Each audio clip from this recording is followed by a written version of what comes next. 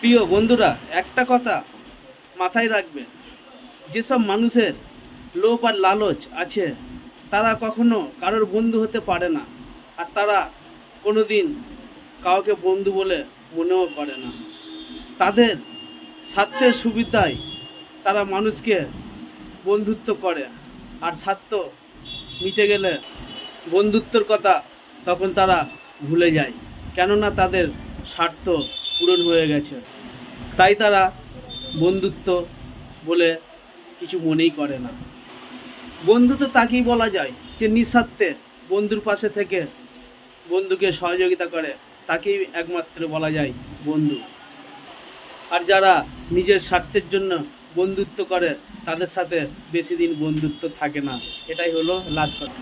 বন্ধুত্ব তাকেই বলে যে একে অপরের পাশে থাকবে আর বন্ধুত্ব হাত বাড়িয়ে রাখবে।